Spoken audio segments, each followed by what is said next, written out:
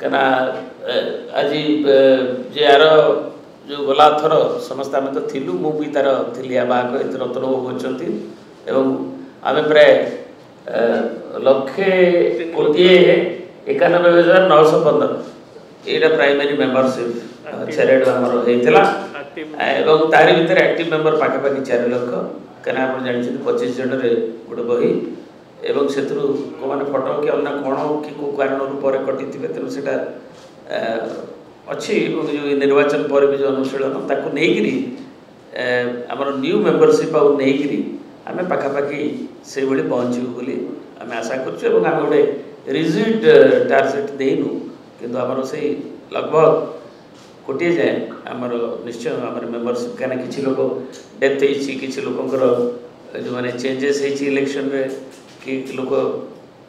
परित्याग कर किए जोग देते किए पुणी आग्रही हे यंगर एलिमेंट को आम सभापति जो निर्देश जे भी जोड़ापी जमी पदयात्रा जोड़ी निजे स्वयं सभापति पदयात्रा भुवनेश्वर आरंभ कर सक्सेसफुली फास्ट पर्याय सरी सेकेंड पर्याय मेंबरशिप कथाटा को अग्राधिकार भितर जोड़े गाँ लोक पाखे गला बेले सेकेंड पर्याय पदयात्रा ग्राउंड लेवल रे बेसी हम यहाँ जिला स्तर में अन्य स्तर में सब हेडक्वार्टर में हो से आमर जो काली आम नेता शुभारंभ कलापर एक कथा को आगे नहीं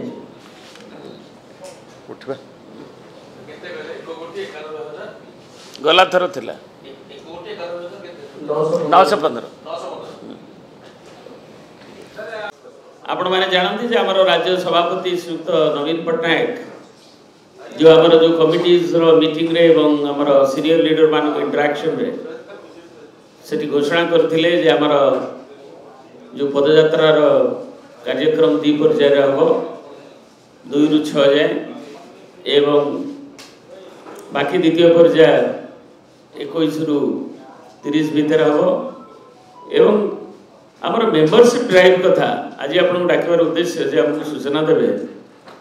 पदयात्रा आमर जो कार्यान्वयन कमिटर आवाहक ये अच्छे संजय दास वर्मा एवं आमर मेंबरशिप ड्राइव कमिटर जो आवाहक अच्छा श्री अतनु सब्यसाची नायक एवं सी तार सूचना देवे 3-4 मीटिंग भी आम इंटरनाल मीटिंग सब हो सारे विभिन्न आम कमिटी आमर शीर्ष कमिटी सब बसी आलोचना सरी टेक्निकली कौन कौन करा कौन नहीं से संपर्क में आपण मानक सूचना देवे आमर दलर सभापति जो प्रोनाउंसमेंट थिला ताकू शंख भवन आरंभ करा बाकी सबू जिले में साइमल्टेनियसली मेंबरशिप ड्राइव कार्यक्रम करा आसंता गोपबंधु जयंती काली